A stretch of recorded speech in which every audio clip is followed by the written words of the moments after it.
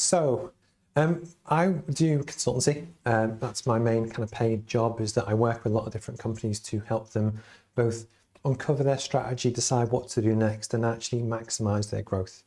One of the big things that you see all the time, and actually it's something I always talk about, is that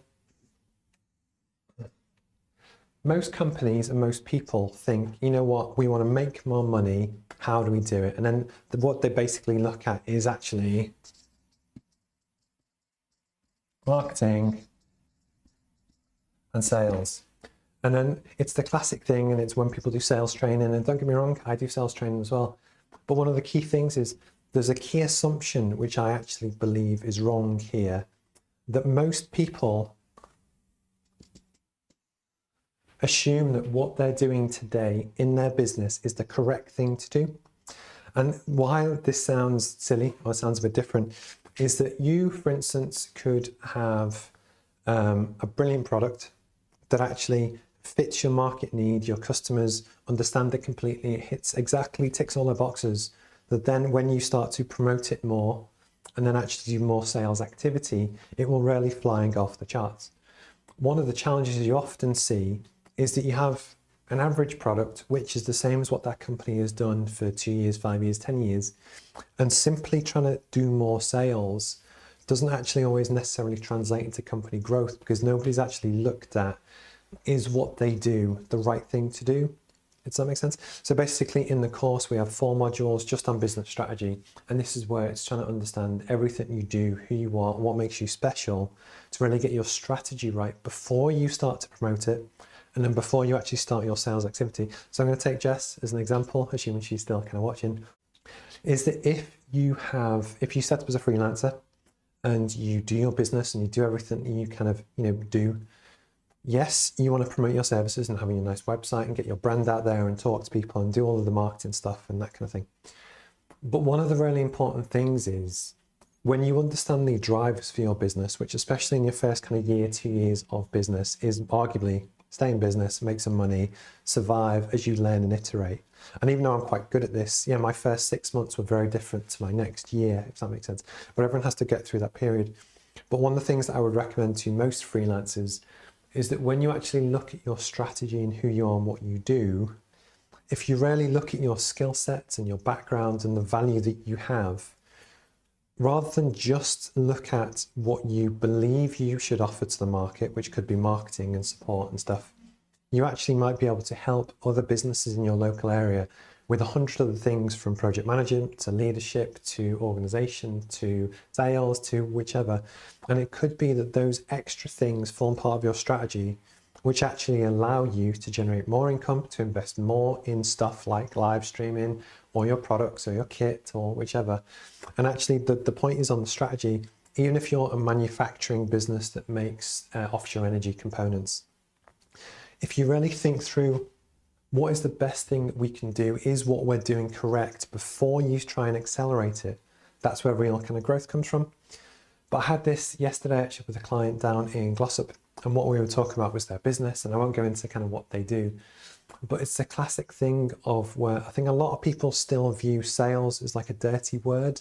And what was interesting, I think this is a really important one for a lot of businesses, is actually that yes, we all have a business and we all want to grow. And actually most people want or expect that leads and inquiries will just come into them. And I'm an engineer by background. I did a PhD at Sheffield Uni, so I kind of understand that background and the academic side to it. And a lot of those people don't like to do promotion, to actually kind of put themselves out there. And I understand why it's difficult. And you always wonder if you're going to get shot at in the comments or someone makes something horrible. And it's not always the thing that everyone wants to do. But the truth is, you could have a brilliant business, but if nobody's there to promote it, nobody's going to buy it.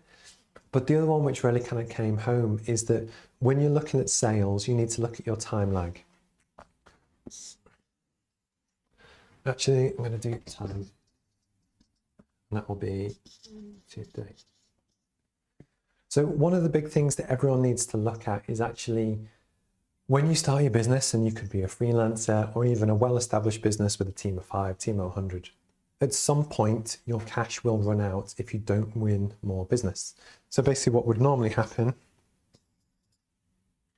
is that you have your cash level, And then assuming, and this, if you're a freelancer, it could be your savings, but if you're a business, it could be, the cash that you've got in the business. Assuming you win no more business, it's going to go down. And at some point, you're going to run out of money, you're not going to be able to pay your bills, and you could go bust. That's obviously bad.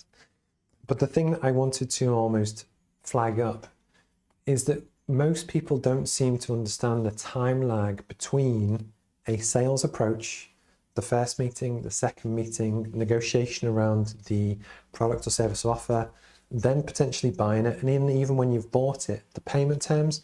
And my point is that you might start to do your sales promotion here. And then I'm going to switch pen. So you do your big sales and marketing push to promote your product or service. And then 2 weeks later, you have some responses and you think, brilliant, let's go through that. And then you have a meeting, and then you have a second meeting. This actually, what, we'd like to order. So we'd place the order, I'm going to say 2 months after. One of the big things that people often miss is that you might get the order then, it might take you 2 weeks to deliver. But then depending on the sector that you're working in, on their payment terms, you might not get paid. There's a big oil and gas company that I work for, via a client, and their standard payment terms are 120 days. And the issue you have there is that if it's 120 days, you might get paid, and you might get paid a nice big fat check. But the issue is you might get paid it after you've run out of money. And it's because of this, and something that I want to kind of touch on is it's the recollection that sales activity and lead generation is something you need to be doing all the time. That even if your business seems to be doing well, and actually you've got clients on the books and they're paying their bills and that kind of thing, it's brilliant if you have foresight on the next 2 years' work. And that's fantastic. But always keep your promotional activity going, because at some point that contract might stop, and then you have a time lag between the money that you've got, when it's going to run out, and you need to top it up. But actually, when you consider the full length of time it can take between actually picking up the phone to get the meeting, all the way through, if they buy it, to then convert, is really important. So actually, although sales is something that a lot of people don't want to do, it is really important. And it was just something that I wanted to touch on that not many people kind of talk about. Yeah, if you've got any questions through sales or anything like that, that's what this is for. So please drop me kind of a message.